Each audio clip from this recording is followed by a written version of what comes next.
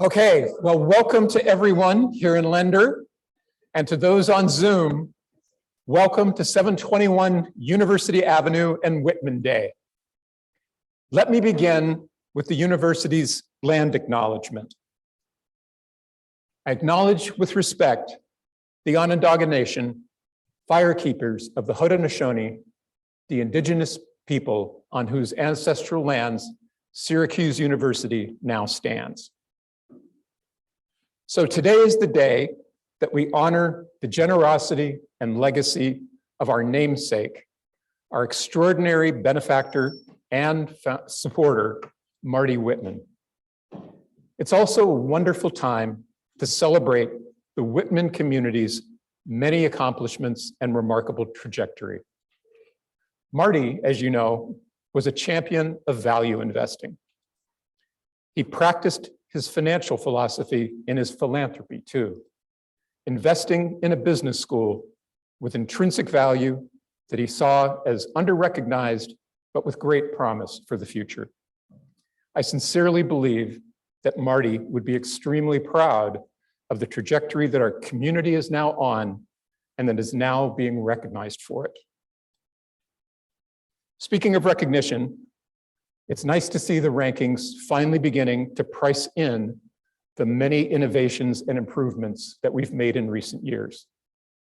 In February, we learned that the undergraduate program had received its highest ranking ever from the well-regarded Poets and Quants ranking, rising from number 48 to number 34. And at the end of March, our MBA program earned its highest ranking from US News since 1998, coming in at 57, a remarkable turnaround from being ranked number 90 just a few years ago. Another indicator that the market is pricing in what is happening on the ground here in Syracuse is our increasing success in faculty hiring. Thanks to the rising research impact and visibility of the faculty that are already here, we've been able to attract 4 more outstanding new faculty to join us this coming fall. Si Cheng, in particular, is being recommended for appointment as associate professor with tenure in our finance department. Her research interests include sustainable investing, application of machine learning to asset pricing, and the welfare implications of delegated asset management. She's an outstanding scholar, publishing 8 articles in leading finance journals, and has been cited by the Securities and Exchange Commission, the Wall Street Journal, and Institutional Investor, among others. Her recruitment to Whitman is the latest dividend from the school's strategic investments in faculty and research support, and in building a culture of research excellence. Her arrival, along with 2 other outstanding assistant professors, brings the finance department to a new level and puts Whitman in an excellent position to recruit more outstanding faculty in the future. The other faculty joining us in the fall are Candace Jens, who studies how political uncertainties affect firm investment decisions, as well as the application of machine learning to corporate finance. Yu Shan, who focuses on fintech, social network effects in finance, reactions to systemic crises, and environmental social governance lending. And then we have Sebastian Tideman, who was here as a visiting faculty member not so long ago, and we're very much looking forward to his return. Sebastian's research focuses on issues at the intersection of financial accounting and environmental, social, and governance factors. Another indication of the increasing returns from the school's investments in faculty, research support, and building a culture of research excellence can be seen in rising faculty research productivity. During the past 5 years, we've instituted an integrated set of initiatives aimed at building a culture of faculty development and research excellence, clarifying expectations, developing a complementary mentoring system, and applying those standards in annual and special reviews, as well as through increased resource allocation, recognition, and rewards. We've also made substantial investments in salaries research budgets, professional funds, internal grants, and summer support. So it's been gratifying to see the rate of publication per faculty member increase, rising by more than 50% so far since 2017. Again, another great indicator of the future impact, I think, and visibility of the school. Turning to students, demand from prospective students also continues to price in the growing strength of our fundamentals in terms of faculty and programs. We've received nearly 7,000 applications for this year's entering class. That's up 7% from last year and up more than 40% from where we were 2 years ago. And as of last weekend, we're doing very well on the yield relative to last year as well, with 298 students already submitting their deposits. That's a great sign that Whitman's stock continues to rise. Let's see that yield go up so quickly after admission decisions go out. One of the interesting highlights from the pool is a great reflection of many of the initiatives that we've had in place for the last few years. If we look at who has raised their hand and said who's put in their money and said they're coming, more than half are women for the very first time.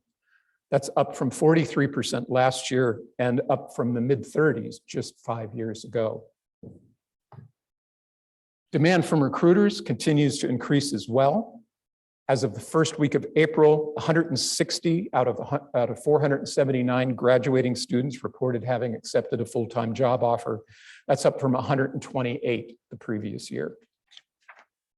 And the quality of job offers keeps rising as well. Once again, a student in our NYC Study Away program, and again, a student who was also part of the OVF program, has received a front office offer from Goldman Sachs. That's after decades of not being able to break through at that level. So very exciting for the school, and we're looking forward to doing this at other blue chip companies as well as we scale this highly selective program.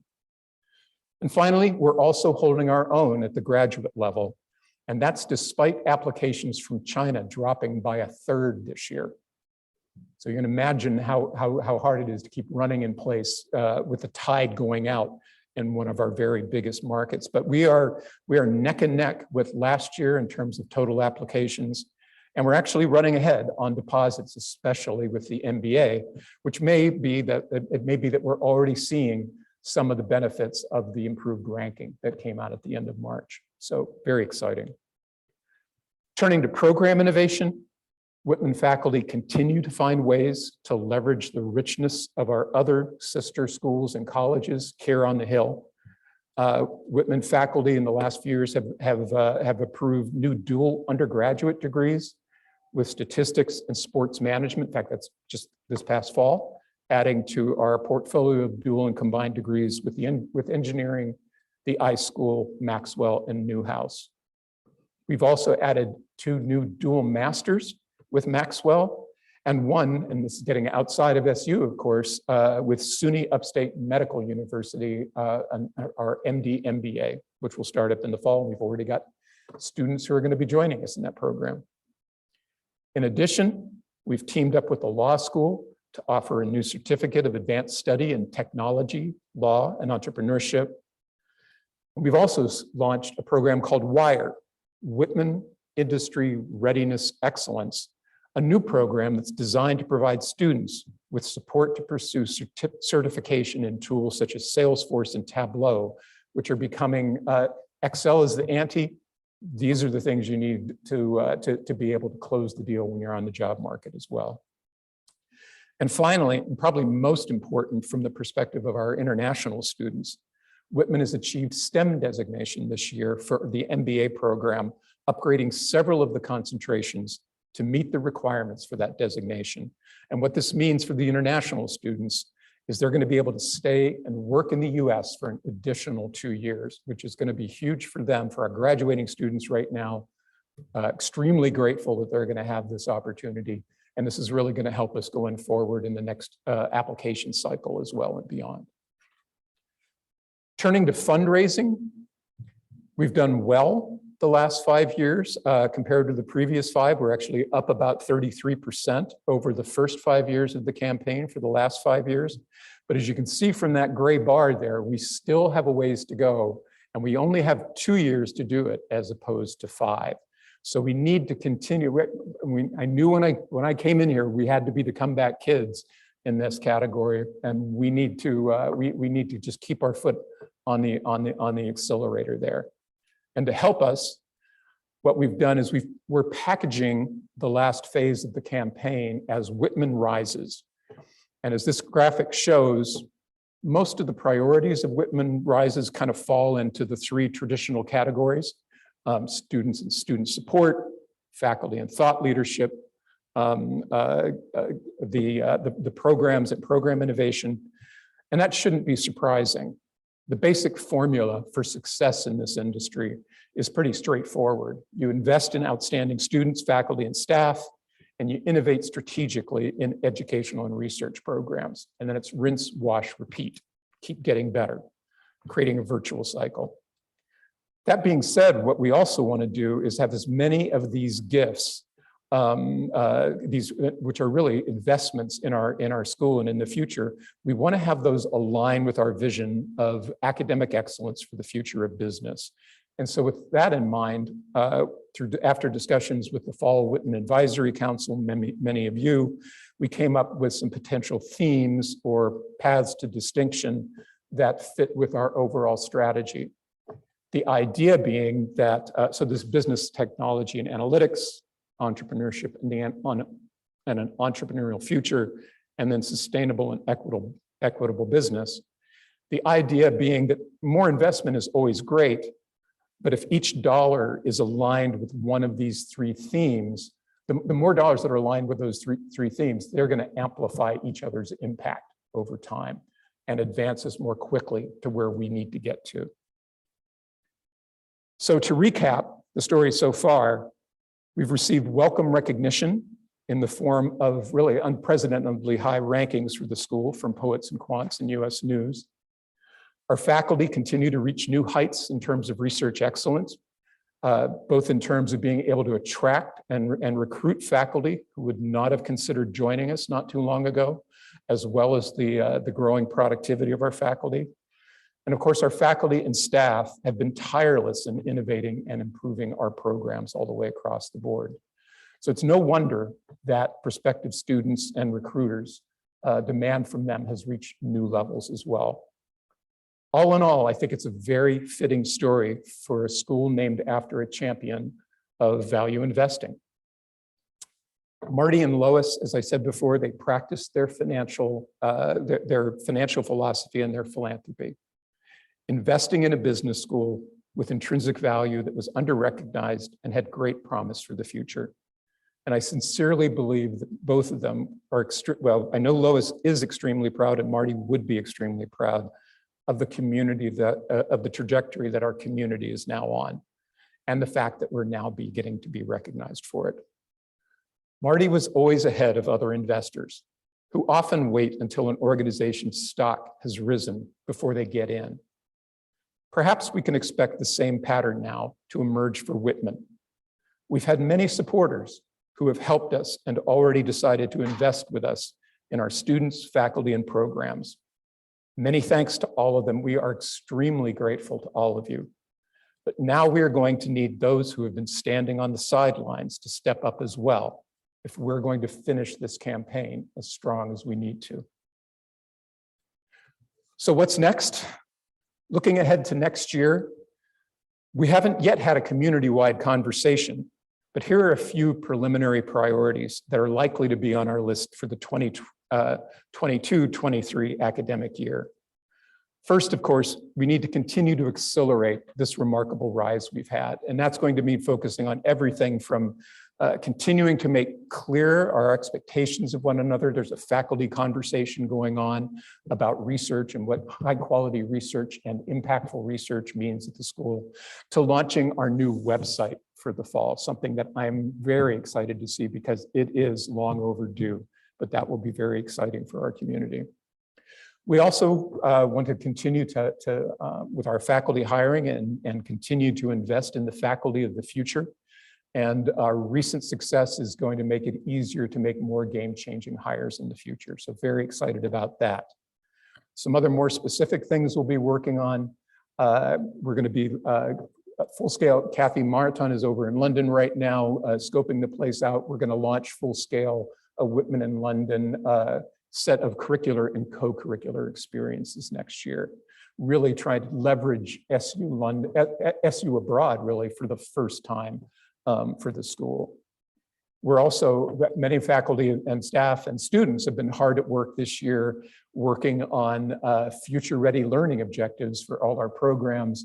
The faculty have been discussing that in faculty meetings as well, and are actually going to be getting together to decide whether or not to approve the new set of learning objectives this afternoon. If that happens, a lot of work will be taking place next year to start to infuse those into our curriculum in every way possible. And then finally, of course, we're going to keep trying to be the comeback kids for the campaign with Whitman Rises and pursuing our fundraising goals. So that's my report. Thanks as always to all the faculty and staff for all that they do every day to make Whitman such a special place and that have gotten us on this great trajectory that we're on. And thanks again to all of our alumni and supporters for your ongoing commitment and gifts of time, talent, and treasure. We can't thank you enough, but thank you. Now I'd be happy to take any questions.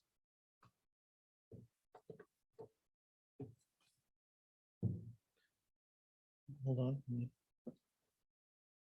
Chris has the microphone and is looking. Okay, I do have a question from one of our online participants. The question is, we're consistently talking about fundraising and bringing in money. Many of us have to finance our own degrees. What is the school doing to run more efficiently and keeping the costs of tuition under control? Oh, that's a great question. I think probably one of the most significant things we've been doing is trying to integrate distance learning technology and online technology into what we're doing across the board. That has helped, and you can, I guess, see that a lot in our online programs where we've been able to really kind of increase access in a lot of ways, and in ways I guess that are more efficient than many others. Getting more down to street fighting level. One of the things that we did belt tightening wise a couple of years ago, we going into the pandemic, for example, we were asked to reduce our budgets in the school, pretty aggressive 7-digit target, and we were able to do that in ways that reduced our spending across the board without impacting our core activities of research and teaching. And then it really kind of, and I guess we'd already built this system beforehand. What enabled us to do that in part is we've built a new kind of, I guess I'd call it a budget oversight system within the school where each of the managers of units that have budget responsibility is asked each year to take a look at all of their planned activities, take a look at their goals for the next year, and they're supposed to provide a written, well, they put in their budget request, but they're also providing a written justification for everything that they're spending. So this is a big change from what was essentially a slush fund approach to managing the school and its budgets to what we do today. Because just even if just the idea that we're taking a close look at everything that we're doing with all of the money that we get from tuition, all the money that we get from gifts, that of course I think encourages much better stewardship of those resources across the school. And then of course, as those budget requests and the narratives come up, and by the way, everybody is asked to be very explicit about how what they're doing, the activities they are doing relate to the school's overall strategies. in terms of what we're trying to do with the curriculum, what we're trying to do with research and everything else. And in that way, we're able to get greater alignment of the resources, hopefully encourage greater alignment of the resources, get out of that more bang for the buck in terms of dollars and resources going to the goals and priorities that we've laid out in our strategic plan, and maybe less dollars going to other kinds of things that might fall outside of that. And then, of course, all of those things roll up to the dean's office. We have an executive committee, kind of budget advisory committee, that looks over all these documents, and many times we will push back on some of the spending requests that are there. Is this really needed, and so on. And in other cases, we'll say, well, let's take some of those dollars where we don't think they're really needed, and let's move them over to where they're going to have a greater impact. So that gives you, there's a couple answers, kind of in a general strategic sense, what we're doing to try to take advantage, I guess, of some of the opportunities that are out there to do things more efficiently, but also some of the things we put in place management-wise, so that we are kind of pushing down into the organization all the way to street fighting level, making sure that the dollars that we are spending are as directly aligned as possible with our goals in terms of pursuing research excellence, a better student experience, better curriculum, experiential learning opportunities, and all of that good stuff. Question in here, in the room? Good. Looks like a couple more have come in from our virtual audience. Can you talk a little bit about the efforts to recruit more women undergraduate applications, or to balance out the split amongst men and women at Whitman at the undergraduate level? Sure. I mean, I think some of the big things. I'll start, and then maybe I'll ask Rachel and Alex, who are closer to the action in some ways here than I am. But at the big picture, one of the early steps was convincing the central administration, because admissions is handled centrally at the undergraduate level, that this was extremely important to us, and why. So it's so important to the culture inside the building. It's really important to our recruiters on the outside. And this not only applies to women, but to minority students and students of color as well. And we had to make that case because the university was trying to achieve gender balance overall across all the schools and colleges by giving, because they had a surplus of female applicants, they were giving more male students to the colleges that had a long line of male students out the door, basically Whitman and engineering. And we said, please don't do this anymore.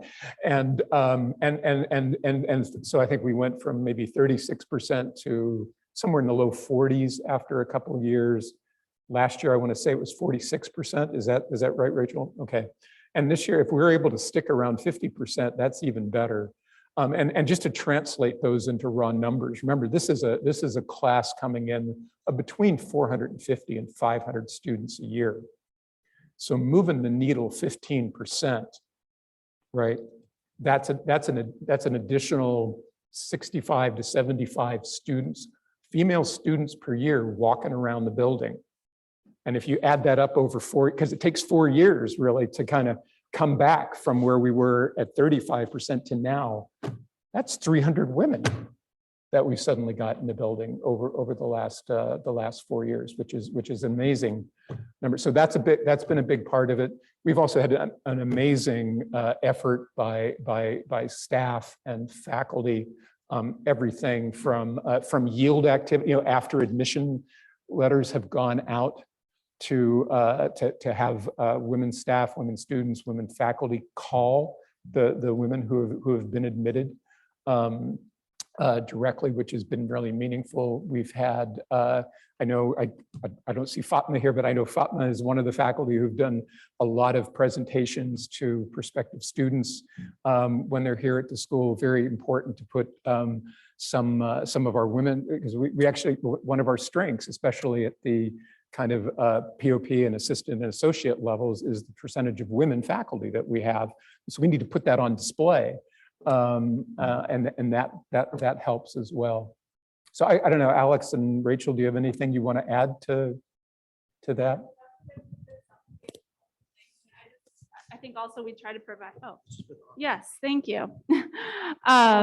We try to provide, in addition to all of that outreach that Jean mentioned, especially during the yield timeframe, providing female prospective students with a good overview from our current students. Now that we have even more, having them as our student ambassadors has been really helpful, and at our events, but also on our virtual sessions, to share about their experience. And then the prospective females can then say, okay, yeah, I can see myself here. I know what she's going through, and I want to do that too. We actually had a father, I think last week, he came up to us after our event and he said, I see so many female students and staff and faculty here.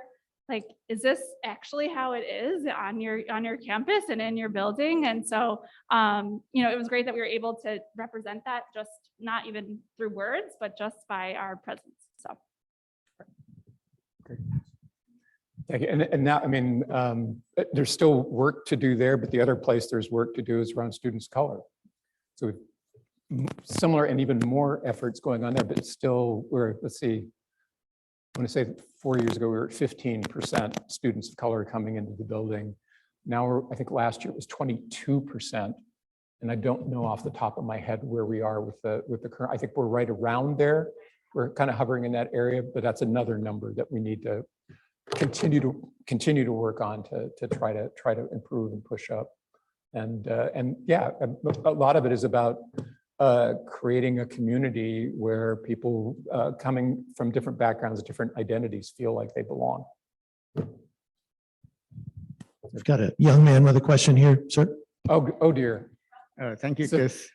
So, Jean, thank you for this great update. A lot of good information. My question is about the space. So space in the building. So yeah. 17 years ago, when we came from the old building to this one, this was set to be 2.5 times as much space as the old building. And now we seem to be running out of that. My concerns are about student team rooms. We don't have enough of them. Yep. We need more of them. Faculty offices. And I would say computer classrooms, like we have one in the concourse level, Valentine, but I think we need something more than that. So my question is, what are you thinking about the space for faculty offices, classes, and team rooms? Great question, Ravi. So we do have we actually have a plan right now. We're still waiting for approval from the central, and so this many of the faculty and staff will know that we've been given the opportunity to populate a fraternity house that's right outside of the south door to the building, at the corner of Marshall Street and Walnut Place. And if you may be able to picture, it's a beautiful Georgian home. It has a lot of room in it. I think what is it, 5,000 square feet of usable space, something like that. Where we're held up right now is the university budget process. The university, so I mentioned when we were talking about graduate enrollments, but budget-wise, Whitman is fine. Don't anybody worry about that. But the university has got some concerns right now. There's really two things that are driving it. One is what's happening with graduate enrollments and master's enrollments across the university. So I mentioned we are just holding our own despite the drop in Chinese applicants. The reason we're holding our own is because 4 years ago, Alex and his and then the team we invested in recruiting, Chris and Sri and Travis, have really they are fully operational, right? They are doing a great job out there of not only keeping our application numbers up, but improving the quality of applications all the way across the board.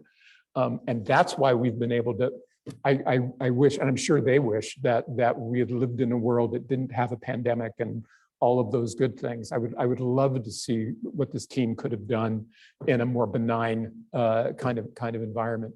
But that's kept us even. Better schools and colleges did not have that advantage. And so there's concern at the university level about what the master's enrollments will look like. And so while that doesn't affect our budget directly, what it does affect is the availability of cash across the rest of the university. So when we go and say, we'd really like to use some of the almost $20 million in carryover surplus that we've built by being really good stewards of the resources that we've got, they say, I'm glad you have that on paper, but we don't have the cash to give to you right now. So that's pretty much where we are. That if we're able to get by that obstacle, we think we've got a solution that's going to address, in particular, the things that are foremost on our minds are the student team rooms and where faculty are in the building.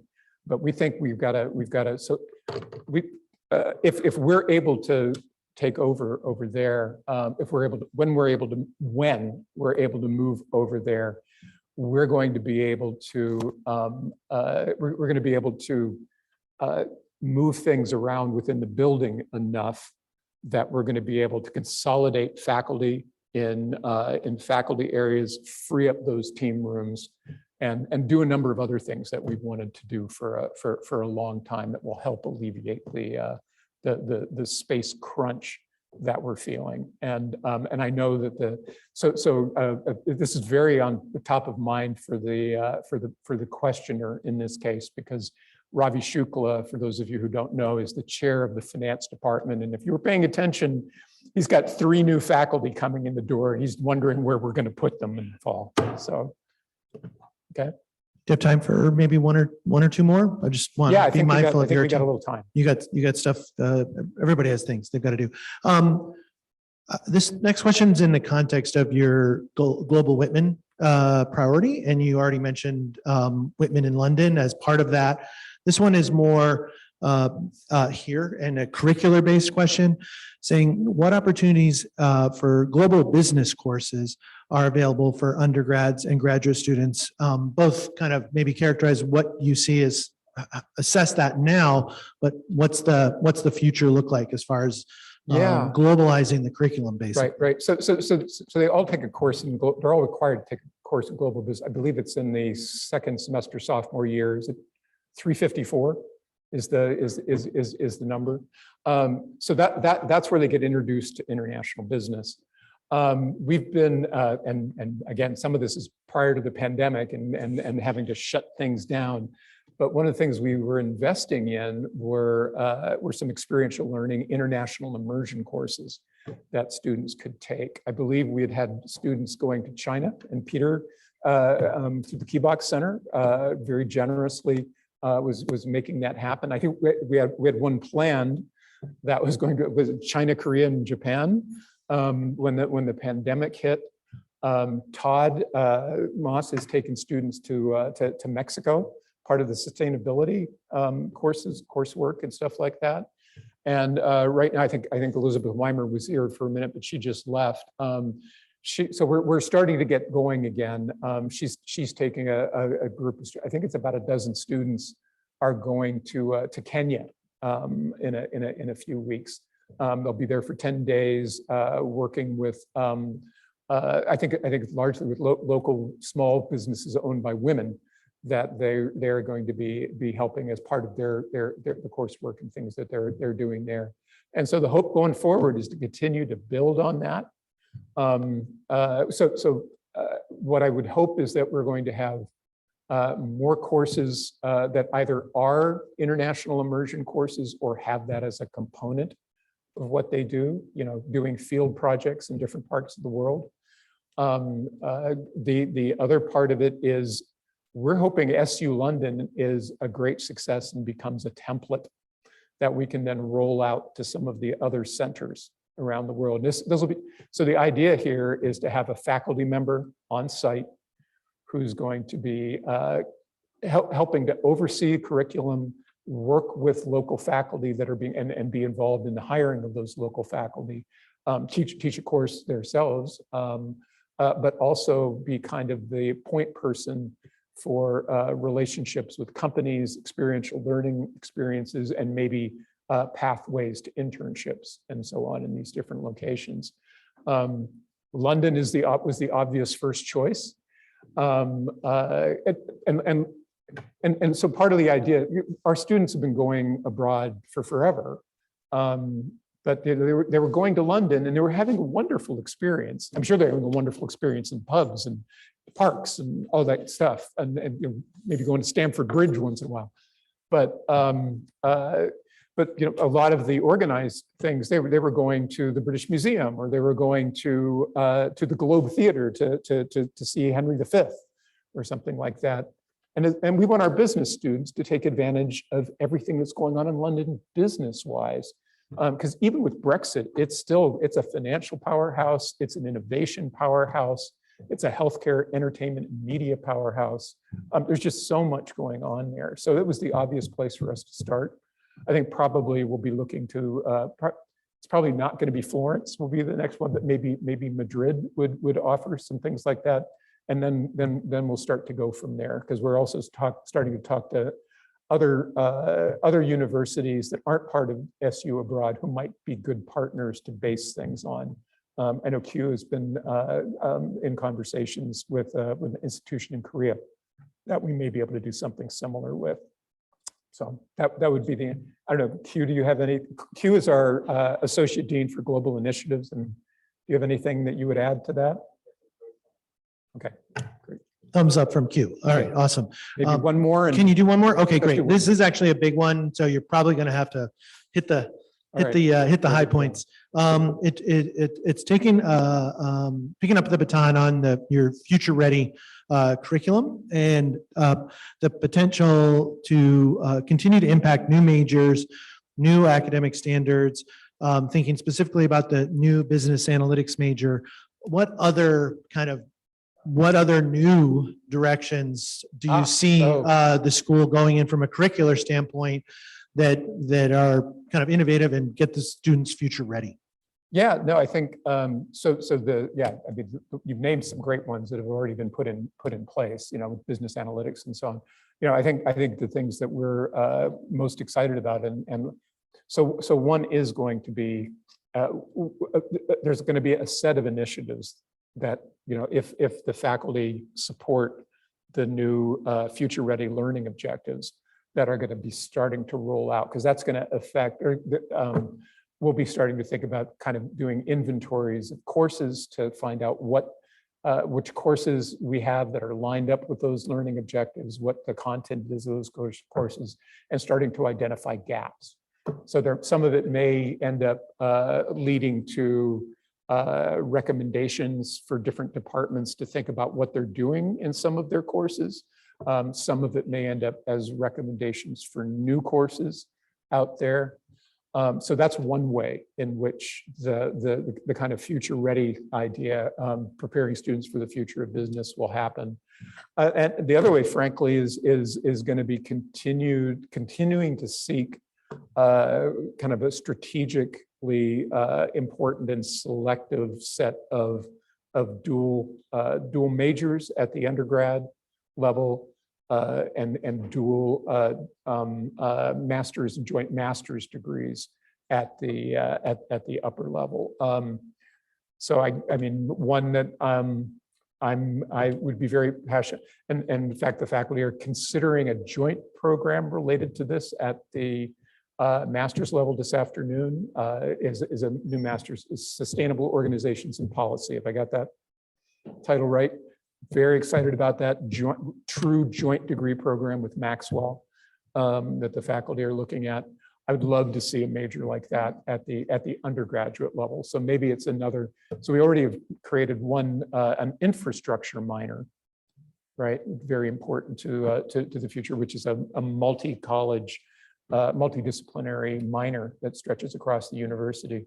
I would like to see us team up with other schools and colleges to do other minors like that, some of which might help to address some of the issues that dual majors encounter when they're trying to do something, joint between the iSchool and Whitman, or joint between applied math or statistics and Whitman, things like that. There's some opportunities there.